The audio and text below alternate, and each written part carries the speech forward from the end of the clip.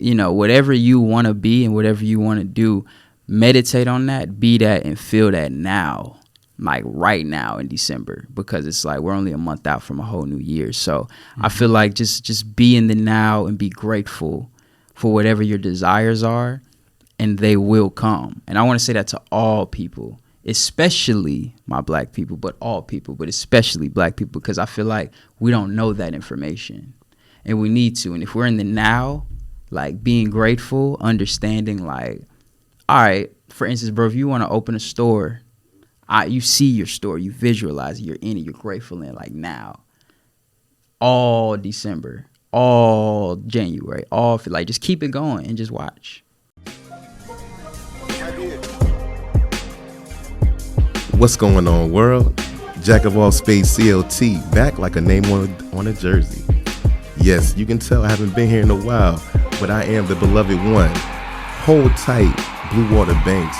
He's on daddy duty, but we do have a special guest. But we have a returning member of the family. We have Jay Marlowe, aka Local 6, running the cameras today. It's good to have him home. But the special guest, the reason why we are here, to some, he's known as the king of the pop-ups. We have Mr. J Reid. What's going on, sir? What's up, brother? How are you? Man, life is good. Life is good. For sure. Good to see y'all, man. Likewise.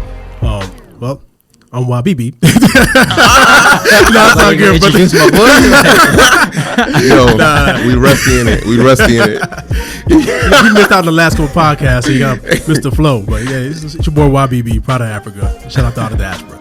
Big up the diaspora. Big up DRC. Big up Senegal. They going down today versus England, but you know. Yeah. So my boy Banks ain't here, as you know. And we have a segment called the Flower Segment. To all our first-time listeners, last-time listeners, we got the flowers here. You got a crazy lineup. I'm going to go through it right quick. I'm going to try not to mess up because when things get wordy, it get kind of dicey for me. But here we go. Vance High School alum, founder and creator, director of J Reid, designer, model, event coordinator.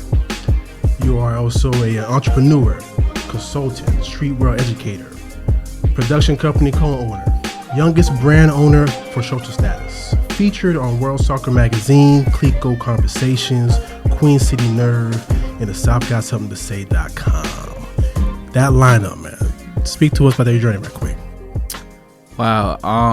To be honest, bro, like, this is why I love doing interviews, like, because I almost forget sometimes, like, just all of the other stuff that I did in the past. So, man, I appreciate you guys reminding me. But yeah, as far as the journey goes, it's just been consistency, love, and just a lot of, like, just focus, bro. Just really, like, tunnel vision. All right, man. Well, let's get straight into it. So you definitely hustle for your last name. So what made you to decide that the brand for your movement was going to be named after you in 2014?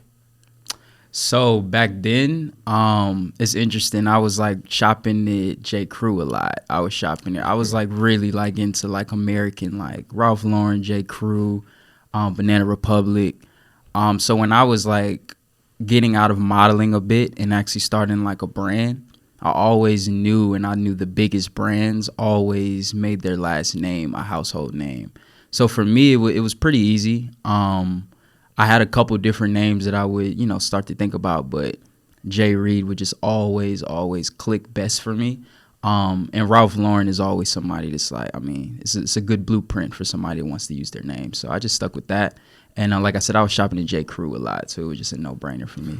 What were some of the names that didn't make it? Damn,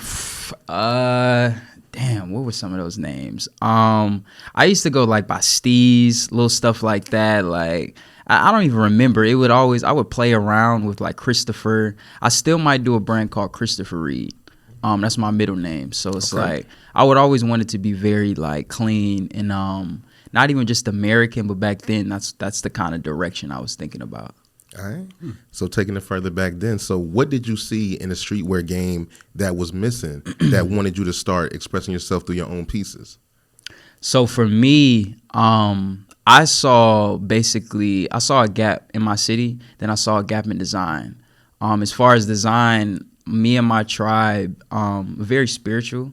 So I didn't know what I wanted to do in clothing to kind of represent that at first, but within my journey of just growing in my early 20s, I found out I kind of wanted to raise frequency and vibration through the design. So through different ways, through, events, through the actual technical design, just kind of showing people through that, like, who they really are spiritually. Word.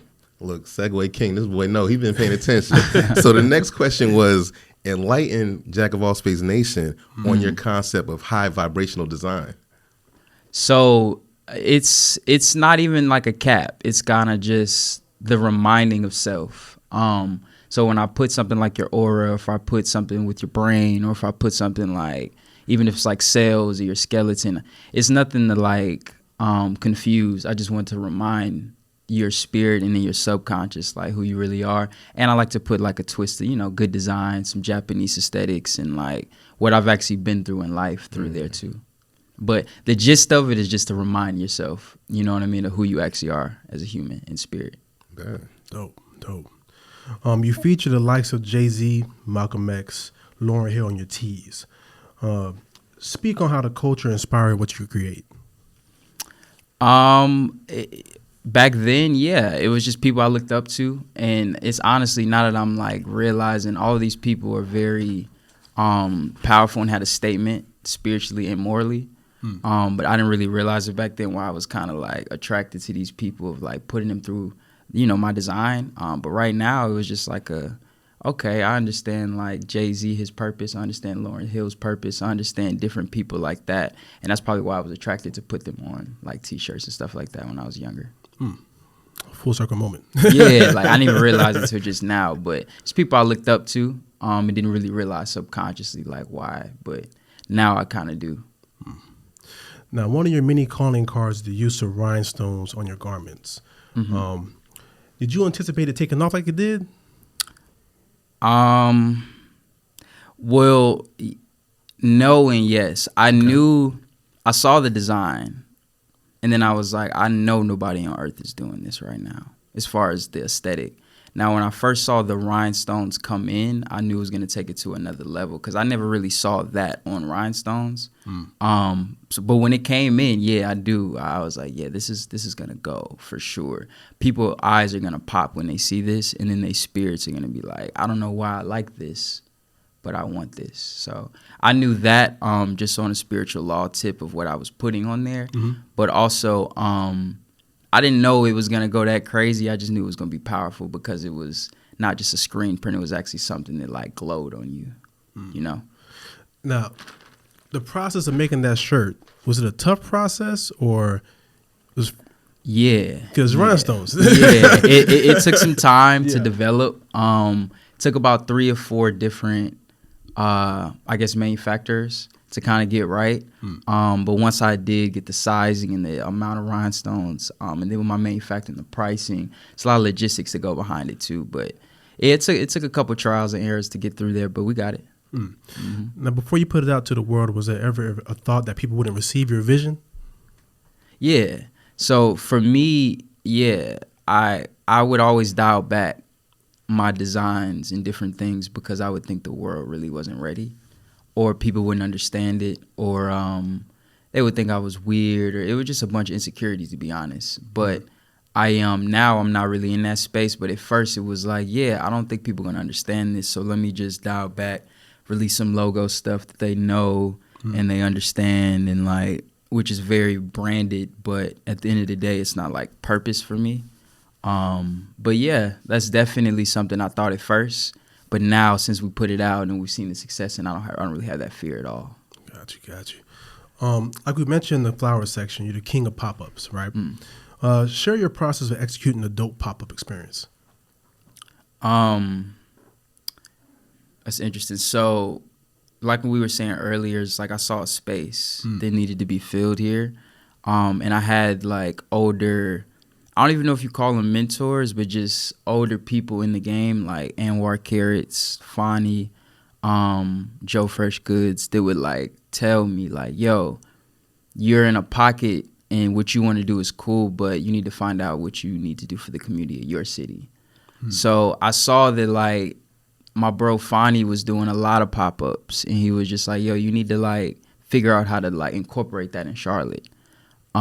So I kind of looked at it like, I don't see that, and there is a gap, and I knew I wanted to do something community-wise regardless at the time.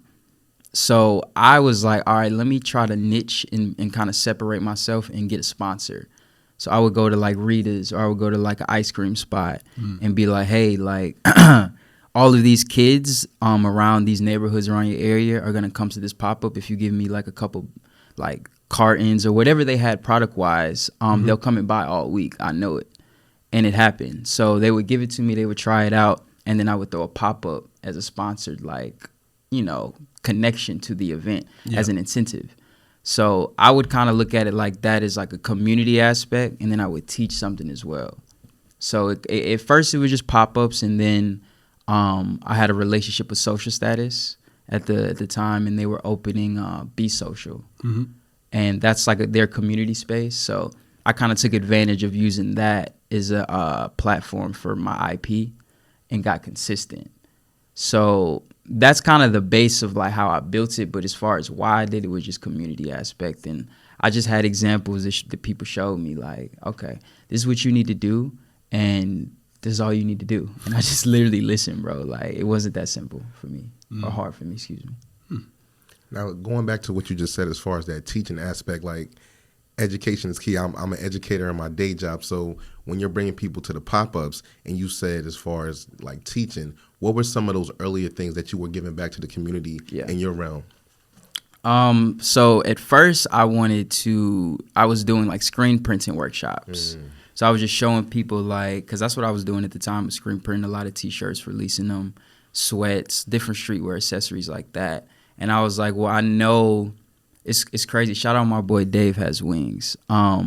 He had told me like, yo, the pop-up stuff is cool, but like you really need to figure out an IP or a situation for the community. So it kind of was like a challenge for me at first, because I was like, I could just do sponsored pop-ups. Like, that's what I want to do, is just sell clothes. And it was a challenge for me at first, and I appreciate him for that, because it really took my mind to more of a like, think more into a deeper level of like why you want to do something rather than just make money. So I looked at it like, well, let me teach what I'm already doing anyway. So we made up Off the Press, and that's basically like a screen printing workshop that I do. And we've actually went on tour with them. So it's very successful. So that's what we started to Be Social. Word. And things like that. Is that something Off the Press that's still going on to this day? It's interesting. Yeah, we're about to start it back. Word, yeah. word. 2023, we got a couple things aligned. So yeah, we're gonna start it back. Cool. All right. So you are globally respected in the streetwear game, but you still keep a home team with collabs with our boys, the Clean Slate. So shout out Hefe, shout out Guwap. Absolutely, shout out Frying the boys. Britches, and then Mason LaFleur. So why is it important for you to build with other designers from the city? Well, I think I'm a very, like I said, community guy, and I'm a relationship guy too. I understand that that's the biggest currency. 100%. So I'm always gonna reach out if somebody's doing something fire within the city or the area I'm in. I'm gonna reach out, and if we could do something to like heighten or make something bigger for both of us, I always want to do that. So yeah, I would always just be to the ground and to the community, and I would always just reach out and find the next person that was like doing the next thing, and I would be like, hey, let's come up with something together so that we could continue to grow. And that's all that was, bro. Before you get into your question, YBB, now I'm thinking, who are some of the up-and-comers right now, like the people should be on the watch for? Since you said, you're to the streets, you're to the ground. So who are some of those people they should be looking out for? In Charlotte? Or definitely Charlotte, but then just, anywhere. In general, see, let me think. Brands right now, of course, Mason LaFleur. She's next level. I definitely think that as far as women in North Carolina, she could definitely take it to where nobody has. So I would check her out. I do like, let me think. I like Darius. I like, what's his, Days in Blue. I like his brand. I like Fine Britches too. I like everybody in the city that's actually has something, an emotion that's going. I really respect it more than anything. But as far as people to look out, I'm not really like, I don't know. Like, it's a lot of new kids coming up, but I don't want to say just yet because I still don't know them. Yeah. And like I said, I'm a relationship guy. Like, if I don't know you, I don't know you yet. You know what I mean? Yeah. But if I've seen it, I would always say it and respect it. So I haven't seen anything yet besides the people that I know. And plus, that's going to be a lot of pressure coming from you. Yeah. It's like, I don't, and it's not even that. I don't want it to be that. I kind of want to dismantle that pressure here. To be honest, because it breeds competition. It breeds it's just a low vibration thing for me. It's kind of like it doesn't really help anything. It's more of a like, it kind of just adds the fuel of like competition. I don't even want to say crab mentality, but it's like competition that kind of makes us want to pin each other and like not make more money. Because right now the infrastructure of creativity, we have to make more money. And it's not just about that, but as we were talking, we have to make more money together. That's so very, very true. I'd rather go ahead and get the relationship together so we could do more business and then worry about all of the other stuff later, bro. That's definitely true. Yeah, that relationship piece is very, very important because if you're not communicating with each other, then we can't grow. Right. That Exactly. hinders us from growing. Yeah. Right. As a city, individually, we're going to do what we do. Yeah. You know what I mean? People are going to make their money. People are going to do what they want. And as long as we're walking in our purpose, everything will come together. I just feel the conversation needs to be had a little bit more. Yes. And then it needs to be like, there's no ego. Man, yeah. That's really all it needs to be. It's like, and I'm guilty of it too. I'm not calling nobody out. Like I'm working on it. I've had ego too. So we all understand the ego and where we need to have it and where we need to not have it. Correct. You know, so it could be something that helps, but in a setting like that, no, we don't need to have that. Yes. Excuse me. I'm sorry. Now, some would say the greatest accessory ever made, platinum selling producer and Grammy-winning artists have donned your glasses. Why do you think people have championed your eyewear? They're dope stuff. Thank you. Nah, I appreciate it. I think it's been so successful because it's an accessory. Any human could put it on. And I knew that. Like, I was looking for something. Like, it's a Bobby Hundreds interview. And I don't know if you guys are familiar with the Hundreds. It's like a street. No. So he did this interview where he was like, he had to find his Hundreds bomb. And basically, like, he just kept dropping until he found, like, what hooked. So for me, at the time, after I found and saw that interview, I just kept designing, kept dropping. Then when I saw the accessory, and then also I had an example, somebody like my bro Finey, he would kind of educate me, like, listen, sizes it makes the actual picture or whoever you want to get this on or whoever you want to gift this to, it makes it a little harder for them to receive it because it might not be their size. Yeah. So I was like, all right, well, let me find something that kind of is universal to any face, anybody that I could get a picture and anyone in right now.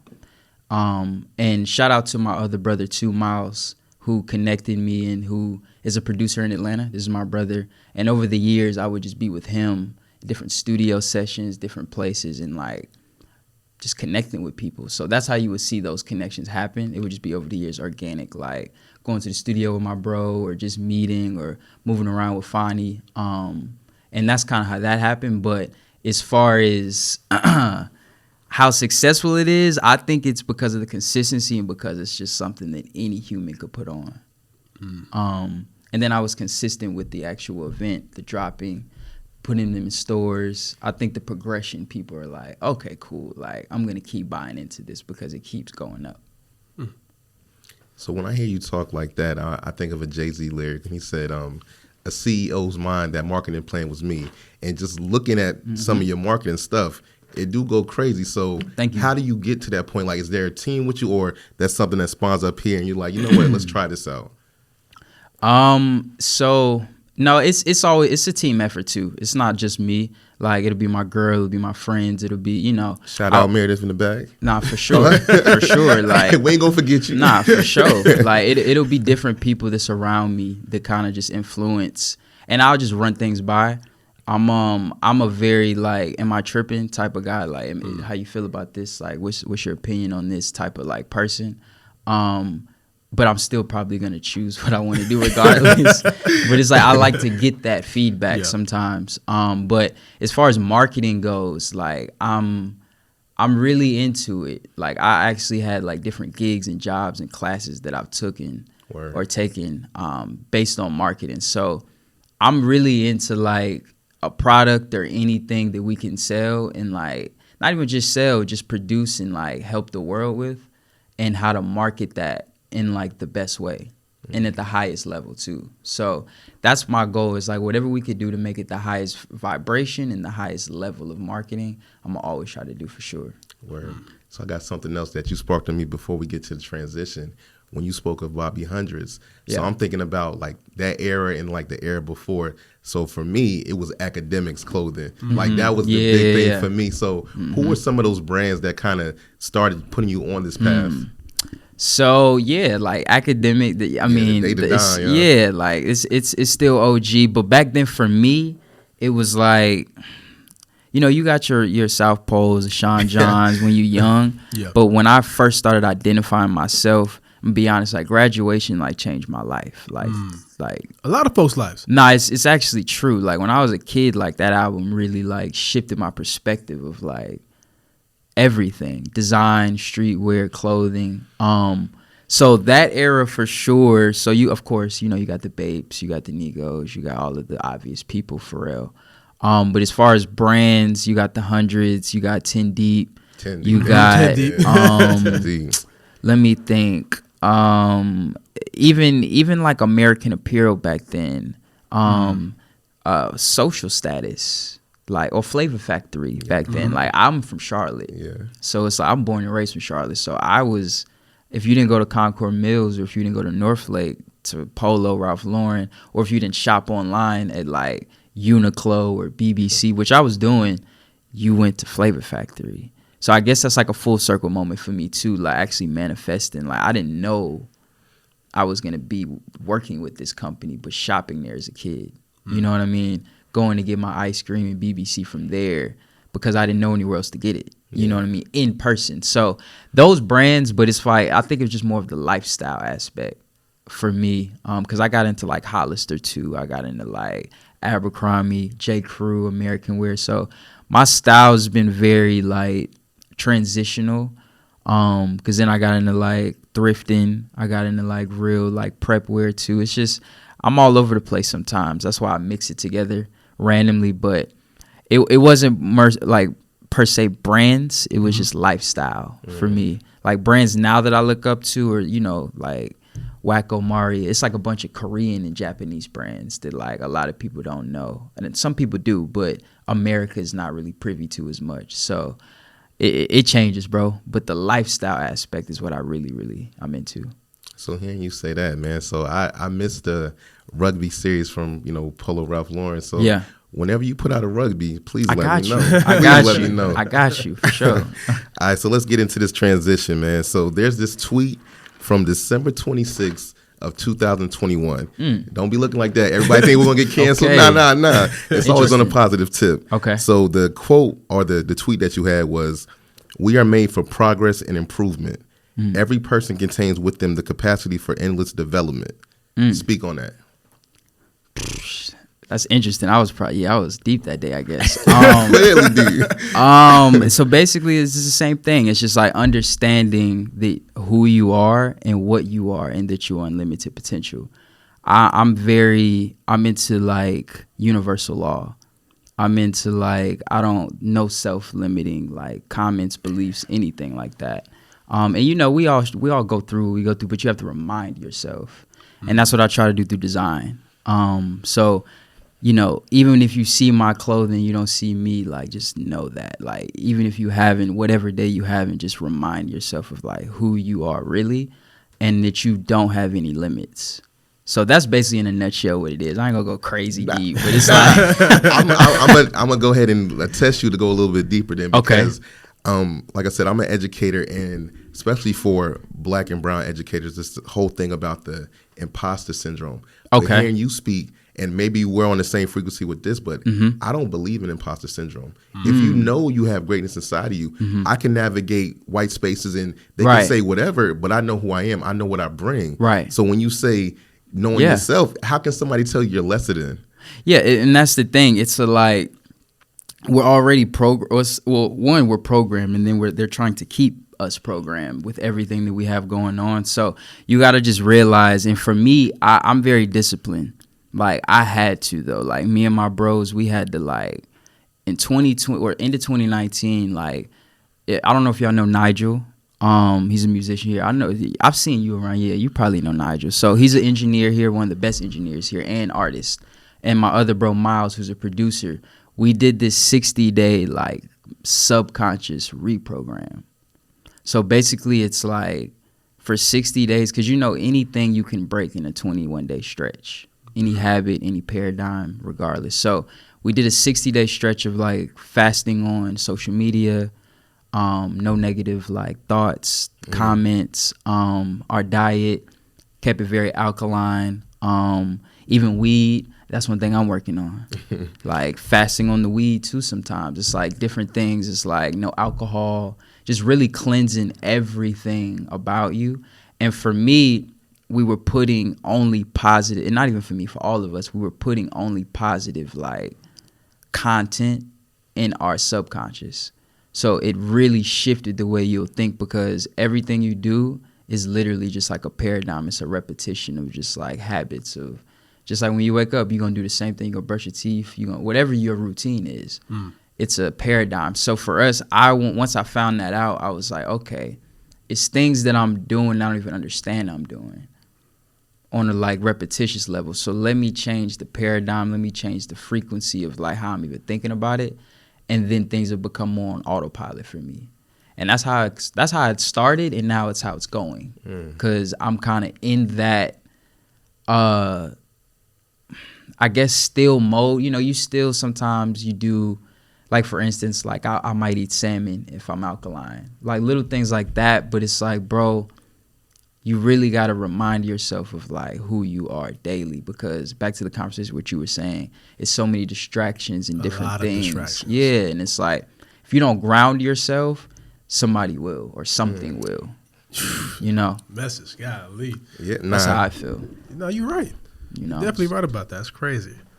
I'm taking it in. I see the wheel turning. What you got to say, YB? I seen I'm just you. taking it in because, like you said in the beginning, it's all about discipline. That discipline would definitely save you from a lot. Yeah. Yeah. So. And even with me, I got overboard with that too. It's balance with the discipline. You know what I mean? You still gotta have fun. You still gotta. I was gonna have to say elaborate. Like too much discipline now, or well, it depends on your goal. You know, it's like different goals require different discipline.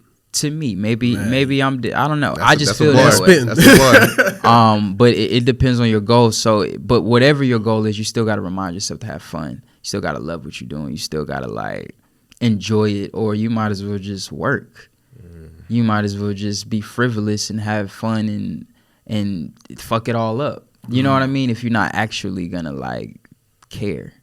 You know what I mean? So that's how I feel about discipline. It's like you gotta have a balance with it too, and I'm learning that because I could be very militant. Like when I want to do something, or if my mind is on something, it's like I don't hear, see, or feel anyone else, and that could become real numbing for me and other people. You know what I mean? So it's just a journey for everybody. You know what I mean? And who you are. Absolutely.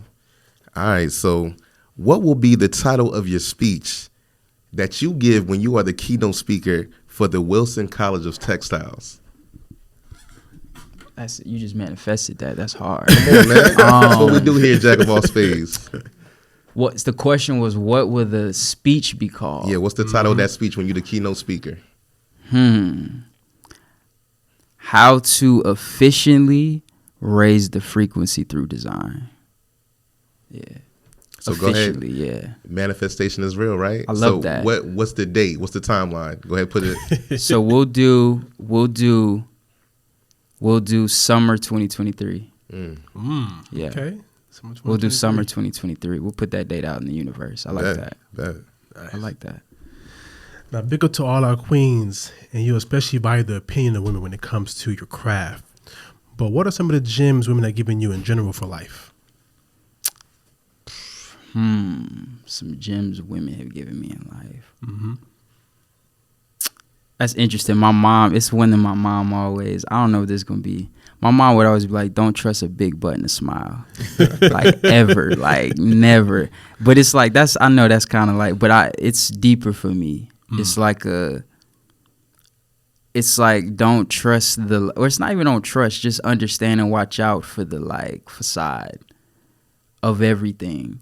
Because you know the world we live in, it is that. So it's like I like to identify and ask people's spirit, even if I ain't talking to you. Like in my head, like what are you here for? Why are you here? Like what is our relationship going to be? Like what is this interaction?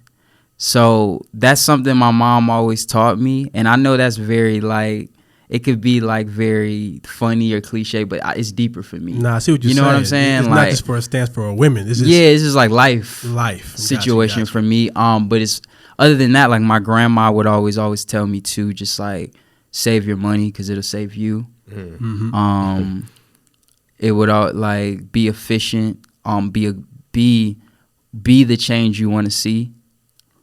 My grandma would always tell me that, like, if you want something to change, you got to lead it. You got to be it. And then also, my great-granddad, I know this is not a woman, but my great-granddad, I just want to put this out in the universe, too. My great-granddad owned, like, half of Fayetteville, like, as far as business goes. So I didn't really get to have as many conversations with him because he had dementia when I was, like, 10, like Alzheimer's or whatever you call it. But I would go back to Fayetteville and see the businesses and and I would understand like this is a part of me. I didn't know why, but it's not just that. Like my dad's side has a whole nother Liberian story too. But as far as on my mom's side, because we're speaking about women, I just want to highlight my great granddad and the ownership he had and how he showed the women how to lead through those businesses. Because the women in my family really know how to like run things because they had businesses to run because of my granddad or great granddad, you know. So I feel like that's a big branch of why the women in my family like have like really good advice and really good like morals, because one, they lived in the South, they lived in like an army town, but also they had businesses to run within that. And even though they were black owned by a man, like I'm talking about like hospitals, grocery stores, like really like clubs, like, and it was like 8 women, 8 daughters, and they had to run each business. You know what I mean? So I feel like that is the fuel to all of the advice. Just to kind of put it all together of like how women like give me advice. I think it's my great granddad to put that in them to run business, to actually have the advice. So I just want to put that out in the universe. Nah, that's dope. Big up the family tree. And you said Liberian. Yeah. So I'm Liberian, West Africa for sure. Yeah. I haven't been back yet. We're in the same boat. Okay. I'm supposed to go back. I'm Congolese. Okay. So I'm supposed to go next year. Dope. To Congo and check it out. It'll be my first time in my 36 years of existence. See, that's what my plan is too. 2023, man. We gotta go to Africa. Yeah. So I just kind of like found this out like maybe 2 years ago. Oh, for real? Yeah, like I didn't really know on my father's side like the heritage. Yeah. My mom's is a bit different, but I'll just speak on my dad's side. It's like, and me and my dad don't have the best relationship, but my great granddad and farther like ancestor wise is all Liberian. So now I'm just doing research on different ways of how I'm gonna go back on a community tip and business tip, because right now they need construction, they need infrastructure, and they're like, it's not even just how to make money. I'm gonna go back community wise, but they need trucks, they need brick makers, they need, like, I'm doing the research now at like how to really invest and start different businesses and infrastructures in Liberia. So I don't have so much education on it, but this is like a newfound like energy in me, and I do feel it, and I'm walking in it. So, like I said, I don't have so much information on it, but it's like I do want to go back and help. Yeah. And the more information I do get, I'll apply. So that's it. Nah, big up, because I believe you the second guest. Because wasn't the doula from Liberia? Yeah. Oh, really? We had a doula on here. Okay. Yeah, she was. That's what's from up. Liberia. I didn't know that. Yeah. For sure. Yeah. But of course, to our BB people, Bote, Sangonini. Yeah, man. All right, so J Reid, we done reached the most popular segment of Jack of All Spades Nation. Okay. We like to call it Top 5 Dead or Alive. Okay. So you alluded to it earlier, so this is how good the research team is. We know Japan is the mission. Yes. So what are the top 5 things you love about Japanese culture? So first and foremost, the respect. They have a different respect when it comes to like their culture.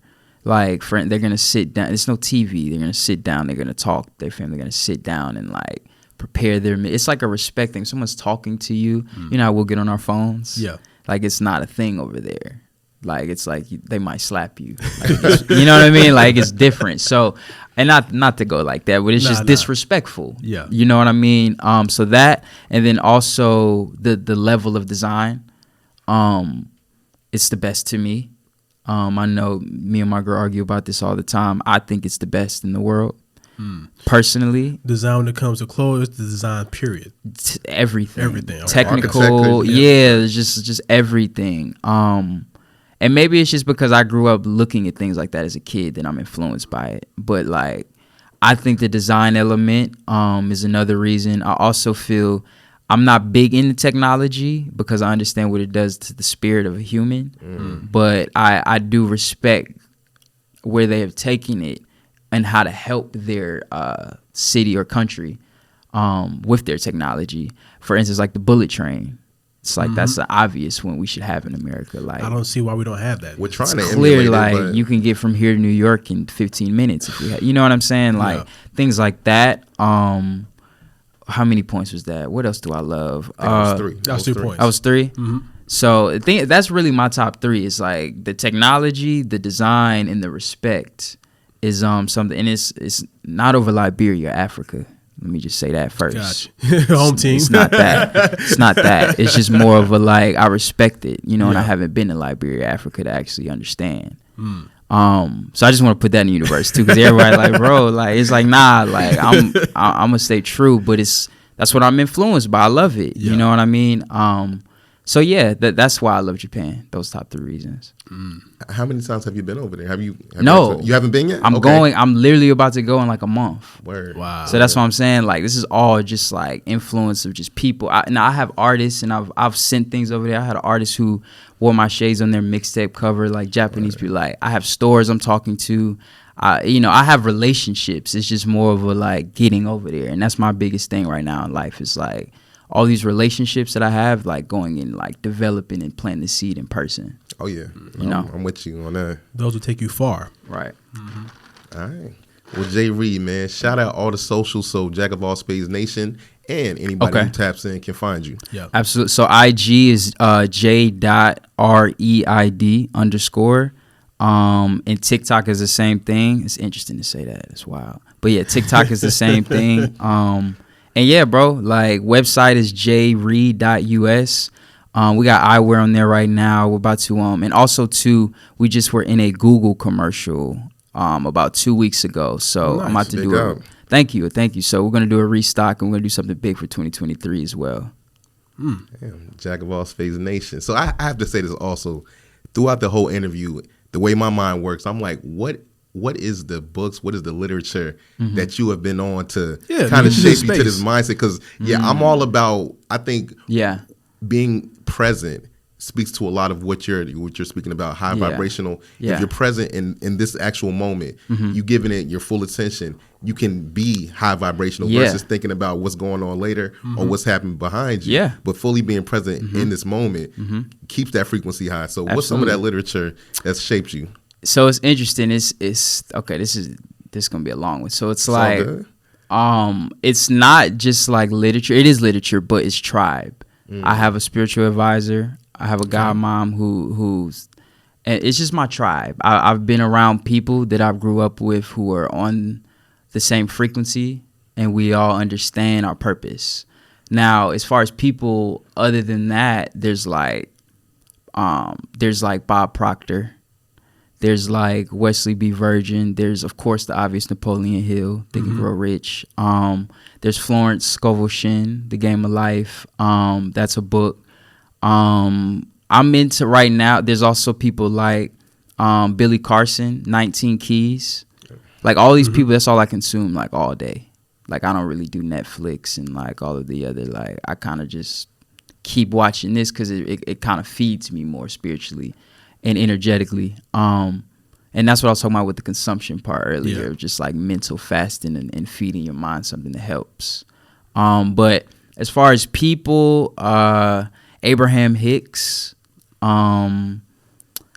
these are just people who are just like self-help gurus. And they also understand the laws of the universe, and they have the different perspectives of like how they teach it. But somebody like they really cut through is like a Paul Selig or a Bob Proctor.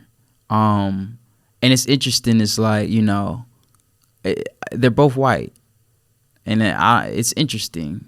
I mean, it doesn't matter where the knowledge comes from. No, I know. Yeah. But it's just the connection of it. Got you. Is a bit different from when I've watched other people that have tried to give me self-help.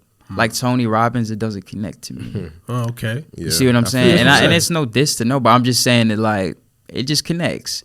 Now somebody right now also I'm listening to is like Dr. Be Serious.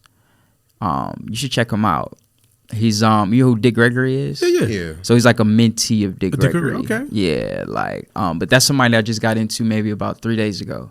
And I've been like fully in it like every day, all day. So Dr. Be Serious. Okay. Dr. Be Serious. Now he's somebody who he's taking it to another level. And I do want to say too, on a side note, it's like January 2023.